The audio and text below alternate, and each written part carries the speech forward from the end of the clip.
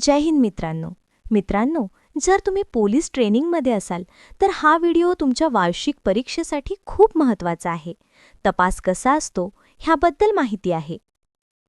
बलात्कार कलम 364 भानी दस व इतर गुन्ह्यात तपास कार्य.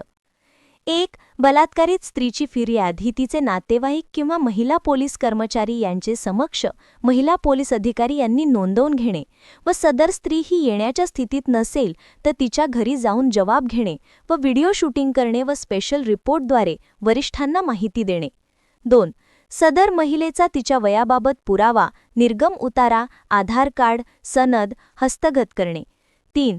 महिला पोलीस किंवा पीडित तिच्या नातेवाईकांसमक्ष तिची महिला डॉक्टरांकडून बलात्काराबाबत पालक, आई, वडील, पीडित यांची लेखी परवानगी घेऊन वैद्यकीय तपासणी करणे व सीए तपासणीस पाठवण्याकामी सदर डॉक्टरांकडून सॅम्पल व पत्र व इतर वस्तू हस्तगत करणे.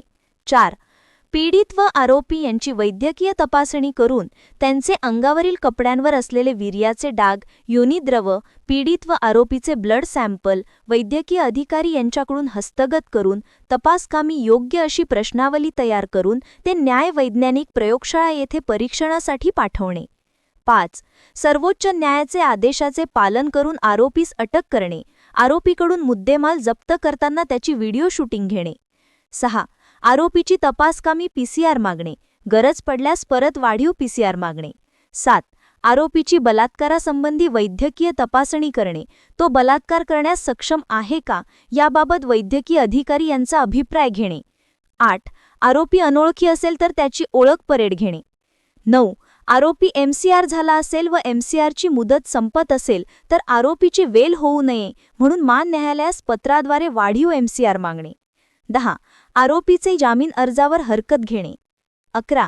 फिर्यादीने फिर्यादी जवाबात सांगितल्याप्रमाणे साक्षीदार तसेच प्रत्यक्षदर्शी साक्षीदार यांना विचारपूस करून त्यांची तपास टिप्पणी नोंदवणे. 12. घटनास्थळाला भेट देऊन पंचनामा करणे, तेथे काही गुन्ह्यास उपयुक्त वस्तू मिळून आल्यास त्या जप्त करणे व व्हिडिओ शूटिंग करणे, तसेच सीए तपासणीसाठी प्राप्त मुद्देमाल पाठवणे. 13. घटनास्थळाचा नकाशा तहसीलदार यांच्याकडून काढून घेणे. 14.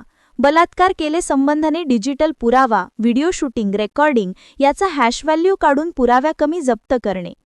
15. बलात्कारित स्त्री ही जर निराधार असेल तर तिला सुधारगृहात पाठवणे. 16. बलात्कारित स्त्री ही अनुसूचित जाती जमातीची असेल तर जिल्हा दंडाधिकारी व समाज कल्याण अधिकारी यांना माहिती देणे. 17. सरकारी क्षेत्रात बलात्कार झाला तर ह्युमन राईट यांना माहिती देणे. 18. बलात्कार करताना पाहताना कुणी प्रत्यक्षदर्शी साक्षीदार असेल तर त्याचे तपास टिप्पणी नोंदवणे. 19.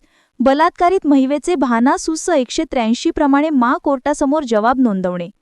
20. घटनास्थळाचा मालकी हक्काबाबत 7/12 किंवा नमुना नंबर 8A चा उतारा हस्तगत करणे. 21. वरिष्ठांनी गुन्ह्याचा तपासकामी वेळोवेळी दिलेल्या सूचना व मार्गदर्शनाप्रमाणे तपास करणे. जय हिंद मित्रांनो, अशाच माहितीसाठी आपल्या चॅनलला लाईक आणि सबस्क्राईब करा.